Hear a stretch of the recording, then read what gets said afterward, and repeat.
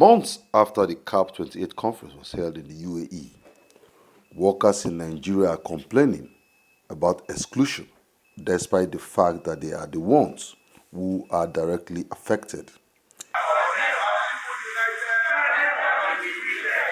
They call for more workers' involvement in this crucial issue that directly affects workers in Nigeria.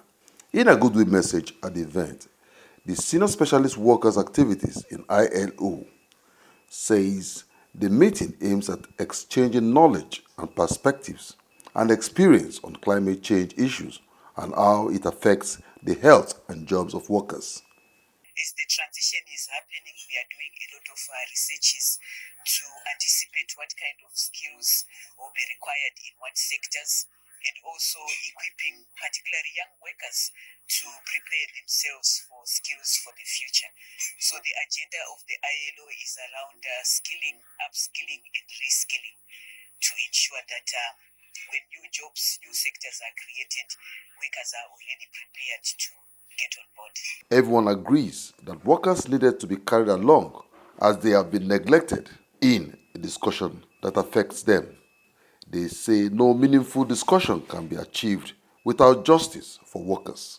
We are saying that it must coexist, and for us to be able to optimize the decarbonization of the national economy, workers' concerns, labor rights, labor standards is something that we are amplifying, and we are working to see that we give them the required visibility in our climate actions to drive the decarbonization of the country.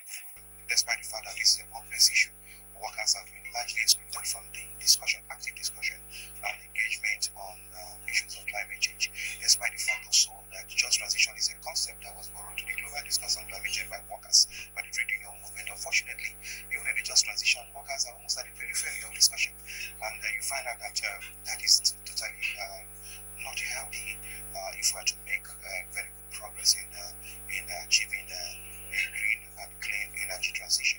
Overall, the idea of the workshop is to seek and maximize the benefit of climate change and the transition to the emerging alternative jobs in the newly created sectors.